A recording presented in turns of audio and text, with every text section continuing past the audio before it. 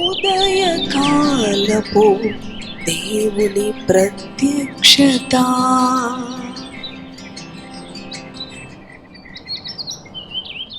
Praise the lord, హల్లెలూయా. ప్రభునందు ప్రియ దేవుని బిడ్డలారా, ప్రభు యొక్క అత్యంత కృపను బట్టి మరి యొక్క ఉదయకాల దేవుని ప్రత్యక్షపు వాక్కులోనికి వచ్చి ఉన్నాము. అనుదినము ఆయన ప్రత్యక్షపు వాక్కు మన జీవితాలకు నెమ్మదిని కలుగచేస్తూ ఉన్నది, సమాధానమును కలుగచేస్తూ ఉన్నది, ఆశీర్వాదాన్ని కలుగచేస్తూ ఉన్నది. కనుక ప్రతి ఉదయము ఆయన మనలను దర్శిస్తూ ఉండగా దేవుని వాక్యానికి లోబడదాం, దేవుని వాక్యాన్ని ధ్యానిద్దాం. ఈ దినమంతటికి కావలసిన శక్తిని ఆయన వాక్కు ద్వారా పొందుకుందాం. పరిశుద్ధ గ్రంథములో 1 యోహాను పత్రిక 3వ అధ్యాయము 22వ వచనమును చదువుకుందాం. మరియు మనము ఆయన ఆజ్ఞలను గైకొనుచు ఆయన దృష్టికి ఇష్టమైనవి చేయుచున్నాము గనుక మనమేమి అడిగినను అది ఆయన వలన మనకు దొరుకును. హల్లెలూయా. దేవునికి స్తోత్రం.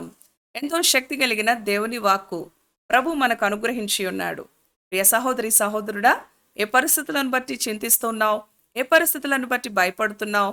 ప్రభు అంటూ ఉన్నాడు కదా, మనము ఏది అడిగినను ఆయన మనకు అనుగ్రహించే దేవుడు, మనల్ని ఆశీర్వదించే దేవుడు, మనలను సంతోషపరిచే దేవుడు, మన భయముల నుంచి, మన రోగముల నుంచి, మన కష్టాల నుంచి, మన శ్రమల నుంచి మనలను విడిపించే దేవుడు, ఆదుకునే దేవుడు, నెమ్మదిని అనుగ్రహించే దేవుడు. ఎంతో మందికి లోకములో అన్ని ఉంటవి, కానీ నెమ్మది ఉండదు, సమాధానం ఉండదు, ఆరోగ్యం ఉండదు.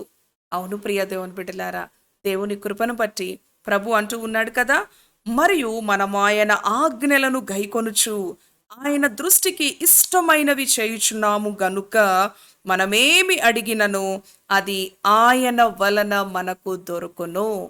అవును ప్రియ దేవుని బిడ్డలారా, మనము ఆయన దృష్టికి ఇష్టమైన వారముగా నడుచుకొనొచ్చు, ఆయన ఆజ్ఞలను అనుసరిస్తున్న వారముగా ఉన్నప్పుడు ఆయన మనము ఏది అడిగినా అనుగ్రహించే దేవుడు.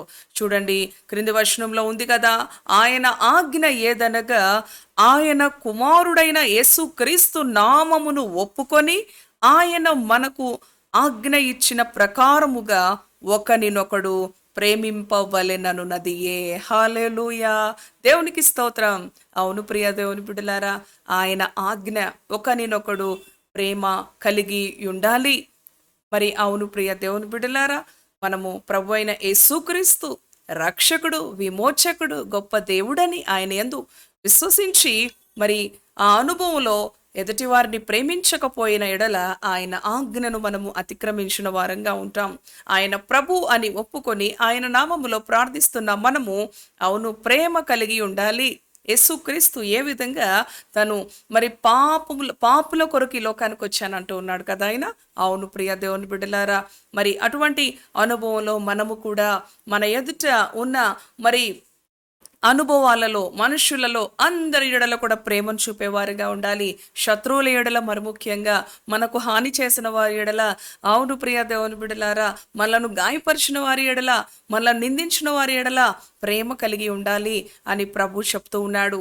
ఆయన ఆజ్ఞను మనము అనుసరించినప్పుడు, ఆయన దృష్టికి మనము అవును ఇష్టమైనది మనము చేస్తూ ఉన్నప్పుడు, ఆయన మనము ఏది అడిగినా ఆయన ద్వారా మనకి దొరుకుతూ ఉంది అని ప్రభు చెప్తూ ఉన్నాడు.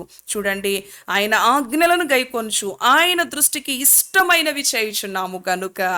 ఈ ఉదయకాలము నీవు ఆయన దృష్టికి ఇష్టమైనవి చేయుచున్నావా? ఆయన దృష్టికి ఇష్టమైనవి అనగా ఆయన ఆజ్ఞానుసారముగా దేవుని యొక్క వాక్యం ఏదైతే సెలవిస్తుందో, ఏది చేయమంటుందో, ఏది చేయవద్దు అంటూ ఉందో, అవును ప్రియ దేవుని బిడ్డలారా, ఆయన మన ఎదుట సమస్తాన్ని కూడా ఉంచి ఉన్న దేవుడు.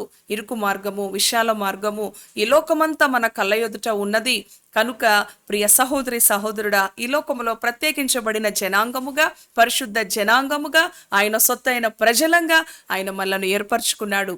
ఆ తండ్రి దృష్టికి అనుకూలముగా, ఆ తండ్రి దృష్టికి ఇష్టముగా మనము ఉన్నప్పుడు ఆయన ద్వారా మనకి సమస్తము కూడా లభిస్తాయి. ఆయన ద్వారా సమస్తమును మనము పొందుకుంటాము.